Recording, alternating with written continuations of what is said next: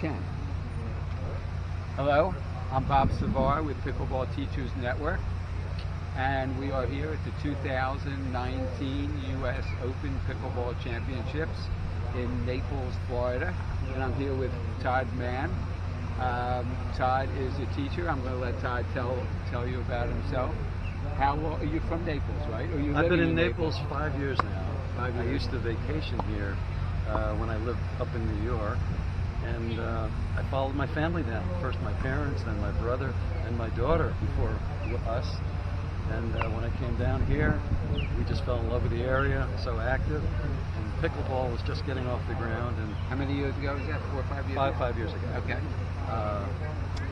I'm from originally the North Shore of Long Island, where there's a good platform tennis program.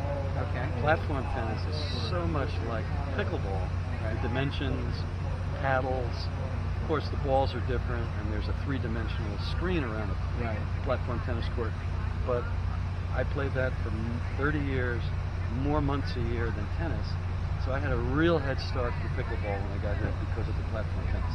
Okay, but you played tennis also? I was a tennis kid from very young. I played school tennis, and then my career was directing programs at indoor and outdoor clubs. I was a general manager and program director. Okay, so you spent your whole adult life in this, using a racket paddle of sport. some kind.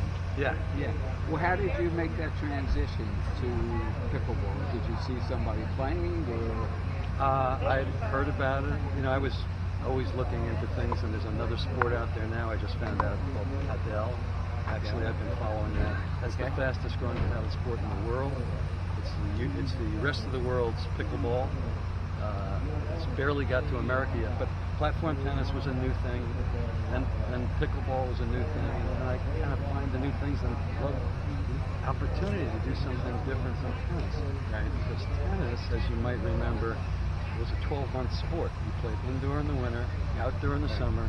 If you do that for 12, 13, 14 years in a row, it sort of is not as exciting as it used to be. Right. And then you find out about pickleball, and you have a whole new opportunity to have fun. Right. So you told me you play at Veterans Park. What was it called? Veterans Memorial Park in North Naples. Do you give lessons there? I do give lessons there. Okay, so you get private lessons? Private lessons and groups. What would a clinic look like? How many people would you need? Well, I like to keep it 3 to 4 in a group with myself. But I've done 2 courts, and then sometimes I have to go back and forth, get a drill going on one court, do instruction of strokes and things on another court. You got to bring the people along from strokes into simple strategies, and then into some exciting match play teamwork.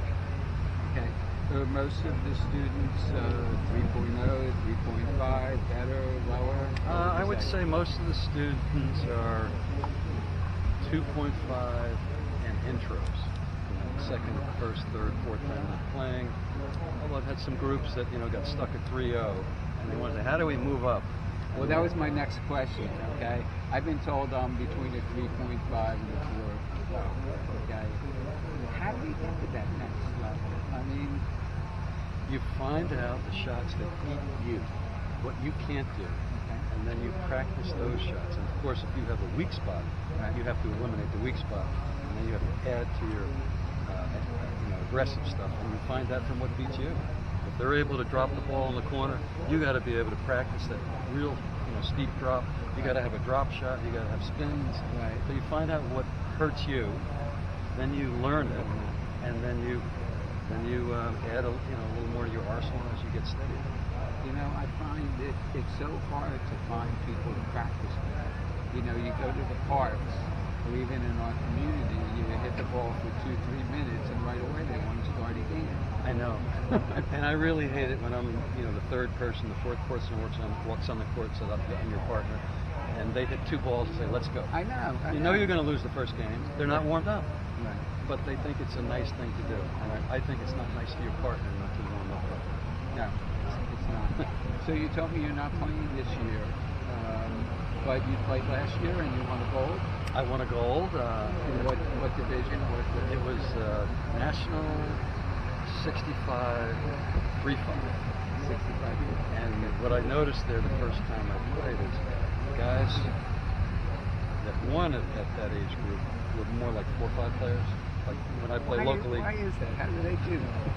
Well, Everybody races. as soon as you win a tournament, basically you go into the middle of the next group above you. Okay. But if you don't get a medal, you get to stay down in that pool. Okay. So if you win a medal, you jump up, you're probably in the middle of the next group above you. Okay. And on a good day, like a guy like me that won 3-5, I really, for a player, Right. on a good day I play very well 4-5 level too. Right. So I'm somewhere between 3-5 and 4-5, and Right. once you get your medal, you're 4-0 and 4, you know. So It's interesting. I took some videos today. I'm 71. So I took videos of the 70-year-old 3.5s and then the 70-year-old 4.0. And the difference between the 3.5 and the 4.0 is very significant. was it in their steadiness or their power, or what would you attribute it to? Getting to hard shots, keeping the Mobility. fewer unforced errors. That's what I would say. And I would imagine going from a 4 to a 4.5 is kind of the same thing. Plus having a little bit more, opportunity to make more difficult shots. But I think getting steady is really the key in tournament pickleball, not in recreation. Recreational, you have a chance to hit out more and practice your shots and really have fun with the slams and the drops. But once you get into a tournament, you want a medal, you can't afford to play low percentage. So everything's got to be steady, until you get a real gift. Right, until you need to do I heard the word, unattackable shots until you can attack. Something like Yeah, that's a good way to think about it. that. So, Don't- yeah. So you have the paddle in your hand. I assume this is what you use. The Elite Pro by Engage, used it for the last year or so. Okay. And it's a little bit narrower than the one I had previously, and a little bit higher, but far from a blade.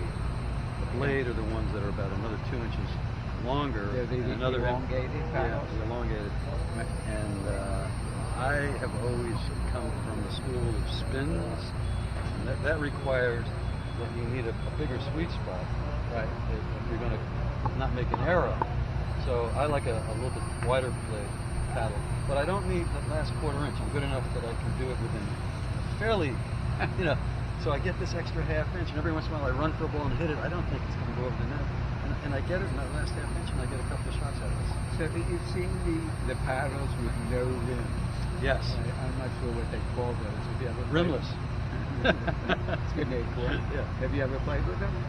In the beginning, I tried a few different paddles.